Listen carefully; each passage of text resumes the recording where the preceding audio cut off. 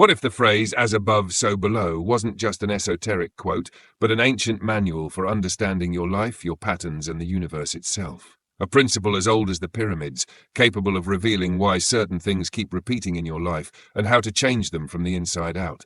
Here's the secret few truly understand. Reality doesn't just happen to you, it responds to you. As above, so below isn't poetry. It's a mirror, a code, a warning. Today, we're going to decode the real meaning behind this phrase, and once you understand what it truly says, you'll never see the world the same way again, because the world changes when you learn how to see. As above, so below. This enigmatic phrase captures the essence of the principle of correspondence, one of the 7 Hermetic principles, a body of ancient wisdom attributed to Hermes Trismegistus, the legendary figure who merged Egypt's occult knowledge with Greece's initiatic logic and the symbolic language of alchemy. But the teaching didn't stop there. It appears in the Corpus Hermeticum, the Emerald Tablet, in astrology, the Tarot, the Kabbalah, and even in the depth psychology of Carl Jung, who saw the world as a symbolic reflection of the psyche. Today, even modern physics explores patterns that echo this principle: holograms, fractals, mirrored fields. What do they all have in common? The idea that everything happening on one level of reality is reflected on another. The macro and the micro operate under the same invisible logic. In other words, what's outside reveals what's inside. And the world around you might be trying to show you yourself. But how do you recognize that reflection? How do you know if something that keeps repeating is just coincidence or a message? And more importantly, how do you identify these loops and break free from them? The answer lies in the invisible mirrors of the universe, and the first one might just be in your closet. If reality is a mirror, what exactly is it reflecting? According to Hermeticism, everything that happens on the physical plane has a corresponding reality on the mental and spiritual planes. And the reverse is also true, but it's not an exact copy, it's a symbolic equivalent. Like the same message sent in different envelopes, one blue, one yellow, one green. You keep rejecting it because of how it looks, but the message keeps returning until you finally open it and read it. This is the kind of pattern that repeats itself in life without us noticing. The relationship that changes faces but brings the same pain. The project that starts with excitement and always ends in the same frustration. The conflict that keeps coming back, just wearing a new mask. You change the scenery, but the script stays the same. These loops are messages, just wrapped in new packaging. And the key to breaking them is awareness. The ability to read the symbol behind the form, the meaning behind the appearance. Which brings us back to that messy closet. That little chaos may seem trivial, but it's a visible reflection of an invisible inner disorder. Because the principle of correspondence operates on all levels, in time, in space, in the mind, and yes, even in your drawer. And what if a simple external adjustment was enough to start shifting something within? In the next few minutes, you'll understand why changing the outside can be a symbolic ritual to transform the inside. What if the chaos inside that closet is the same chaos that keeps repeating in your thoughts? What if the lack of space in your home reflects the lack of space you feel inside yourself to be who you truly are? The principle of correspondence tells us the world isn't working against you. It's showing you, the clutter that bothers you, the people who trigger you, the cycles that refuse to break. None of it is just external. These are signals, messages from something within you that's asking for awareness, adjustment, growth. Take a moment and think, what patterns have been repeating in your life lately? Behaviors, situations, relationships. You change the environment, but the core challenge stays the same. You leave a suffocating relationship, only to find yourself in another with the same dynamic. You change jobs, but still feel unseen, undervalued. You fight with one person and days later, end up in the same conflict with someone else.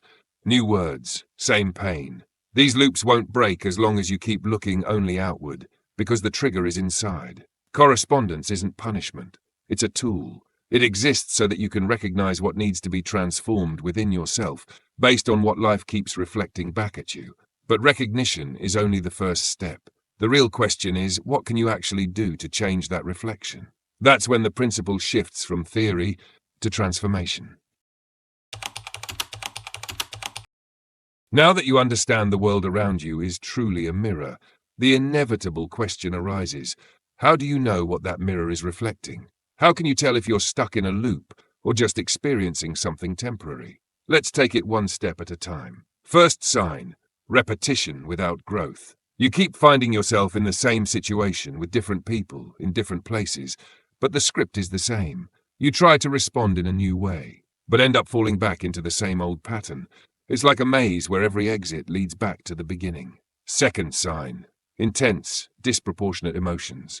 When something shakes you deeply, to the point of throwing you off balance, it's because what was triggered outside was already vibrating inside. If your reaction is bigger than the event, there may be a mirror involved. Third sign: recurring avoidance or distraction. Some patterns don't return with intensity, they return with consistency. You catch yourself constantly escaping yourself, in subtle addictions, obsessive control, or relationships that serve as emotional anesthesia. That's the universe saying, look at this, but you still haven't wanted to see. Fourth sign: the feeling that you're always in the same place. You change everything around you, your home, your city, your job, and yet somehow nothing really changes. It's like running on a treadmill. Lots of effort, very little progress. These are some signs that you may be caught in a symbolic loop, and the correspondence is clear. The external world is just showing you the internal content that hasn't been decoded yet. But be careful. Not everything that repeats is a loop. Sometimes it's just life echoing back naturally. The difference lies in the awareness with which you experience it. If the pattern traps you, drains you, takes away your strength, there may be a lesson there asking to be read. So start observing, not like someone who judges, but like someone who investigates. What themes keep returning? What emotions catch you off guard? Because before you can break the cycle, you need to recognize the cycle. And that's exactly what we're going to explore next, especially when this mirror shows up in your relationships. If the world reflects who you are, then the people around you also reflect what you carry, including the parts of you that you haven't yet seen. We recognize ourselves in others, but we also hide in others. That's why relationships are such powerful mirrors, and often such uncomfortable ones. Have you noticed how certain behaviors irritate you, with an intensity that feels out of proportion? Controlling people, victims, narcissists, people who seem too cold. Why do those exact traits throw you off balance? Often, what bothers you the most in others is what remains unresolved in you. It might be a part of yourself you've repressed, a wound you still carry, an old hurt that never fully healed. Sometimes it's not that you're like that person, it's that you used to be. Or maybe you were hurt by someone like that, and you're still holding on to the residue. The same goes for what you admire. That person who deeply inspires you. They may be reflecting a potential within you, something you haven't developed yet, but that already lives inside you. That's why the principle of correspondence is so radical. It says that every relationship is a map, a personalized script that shows you where you are, what still needs to be integrated, and what you're already capable of giving back to the world. Patterns like rejection, abandonment, submission, or control, they don't just show up randomly. They follow symbolic blueprints, often ancestral, and they keep repeating face after face until you finally see them. Not to judge, but to transform. So ask yourself, what kinds of people do you tend to attract? What emotional themes repeat in your relationships? Where there's friction, or even where there's too much enchantment, there's a mirror. And the closer someone is to you, the more precise the reflection becomes. Family, partners, children, they're high-resolution mirrors. They reveal parts of you that you'd never see on your own. But pay attention. Seeing isn't enough. Transformation begins when you respond differently to the same mirror. When, even recognizing the old image, you choose a new reaction. And there are moments when the universe intensifies the mirroring. Strange coincidences, unlikely encounters. That's when the reflection goes beyond just people and starts showing up in the small details of your everyday life. And that's what we're going to explore next. Has this ever happened to you? You think of someone and they text you. You say a phrase out loud and minutes later you hear the exact same words on the radio, on TV, or from a stranger on the street.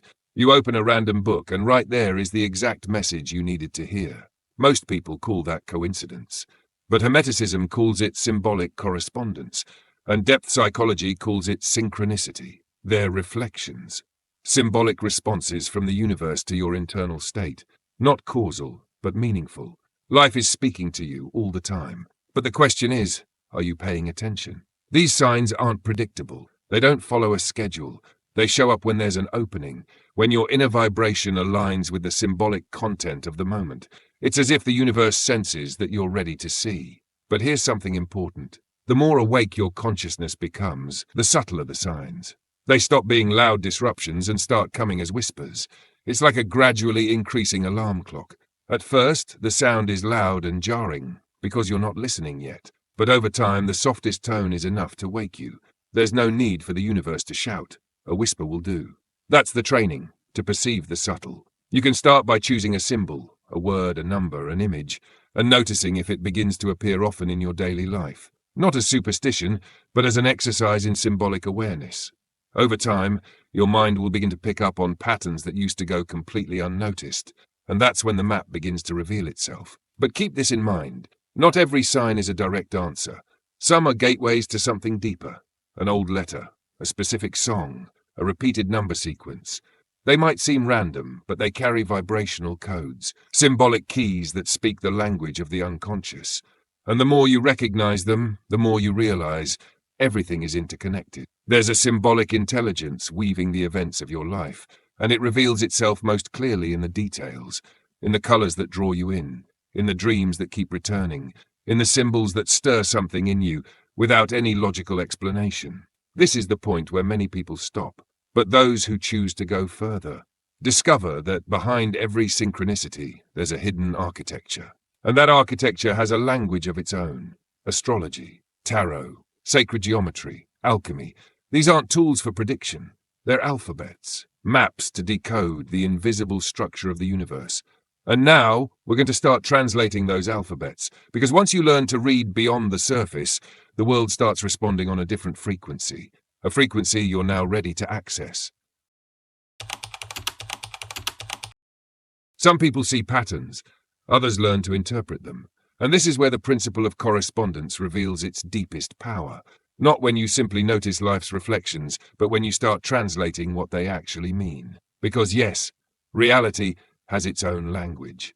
And the ancients didn't create symbols out of superstition. They created them because they understood. The invisible order of the universe can only be accessed through images and rhythms. Astrology, tarot, alchemy, sacred geometry. These aren't tools to predict what's going to happen. They're alphabets, symbolic maps revealing what's already happening inside you. In astrology, the planets don't cause change, they mirror it. In tarot, the cards don't predict the future. They reveal unconscious patterns. In sacred geometry, the spiral of a seashell echoes the same proportion found in the Milky Way. Everything vibrates within a shared architecture. And that same architecture also shapes your internal processes. These languages are like lenses. They won't change your life for you, but they'll show you clearly where your patterns come from and where, silently, they're leading you. And once you see it, you can choose. Not blindly, with awareness. But be careful. Don't confuse symbols with solutions. No card, no chart, no archetype will set you free if you don't move on the inside. Because the deeper you go into this knowledge, the more you realize it's not a shortcut to escape yourself. It's a mirror to see yourself more deeply, more truthfully. And this is where many people stumble. They start using symbols as a crutch, as an excuse, as a reason not to act, as if life were locked in some predetermined fate. But the symbol doesn't replace the action. It only points the way. So the more you learn, the more responsible you become. And here's the most serious truth in everything we've explored so far. There are no victims, and no one needs to be saved by some divine entity, despite what many religions still preach.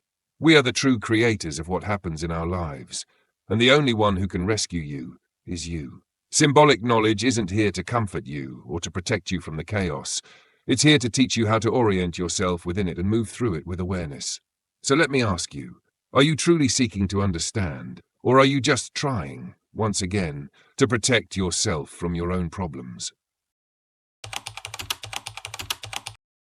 This is where many people get it wrong. After noticing patterns, recognizing symbols, feeling synchronicities, comes the temptation to think that now everything will just flow effortlessly, as if the universe were an app. You learn the rule, and reality reorganizes itself to please you. But the principle of correspondence isn't magic, it's law. And laws don't play favorites, they respond with precision. Life doesn't transform because you believe. It transforms when you change your internal state and sustain that change through action. It's not enough to notice that something keeps repeating. You have to interrupt the pattern. It's not enough to know what a symbol means. You have to use it as a starting point for new behavior. Symbolic wisdom only holds value when it's embodied, when it stops being a concept and becomes conduct. When what you've understood begins to show up in the way you act, choose, communicate, and position yourself in the world. Real spirituality doesn't promise ease. It demands courage. Courage to look at yourself. Courage to change direction. Courage to act differently, even when everything inside you wants to keep repeating what's familiar. It's not about creating a perfect reality. It's about learning to face reality with greater clarity. Because the universe isn't testing you. It's showing you, with precision, where you still haven't claimed your own power. And until that happens, nothing truly changes. Maybe something came to mind. Someone. A pattern that keeps coming back. A repetition that once felt insignificant, but now looks a lot like a mirror. If something inside you shifted, even subtly, then something has already started to change. Because awareness doesn't go backwards. You might ignore it for a while, but once it's awakened, it keeps calling. And with every new symbol, every new situation, it'll keep asking you, are you going to repeat or respond differently this time? The decision is now yours. There's no right or wrong, no perfect path. What there is presence. And a choice made with clarity is already part of the transformation. So tell me, have you noticed reflections like this in your own life? Lived through cycles that keep repeating with different names, or moments when the universe felt like it was speaking directly to you? If you feel like it, share that in the comments. Because sometimes, when we put something into words, the cycle begins to loosen. And when someone else reads and recognizes themselves in it, the insight multiplies. But if you'd rather not say anything, that's okay too. Just hit like and carry this question with you. What is life trying to show me that I haven't had the courage to see? And when the answer comes, even slowly, remember it's also a mirror. And everything you see out there was in some way already inside you. If this video made sense to you, share it with someone else who's also trying to understand. Not to convince, but to spark a thread of awareness in someone who's ready to see. Because in the end, that's what we do here. We learn how to see.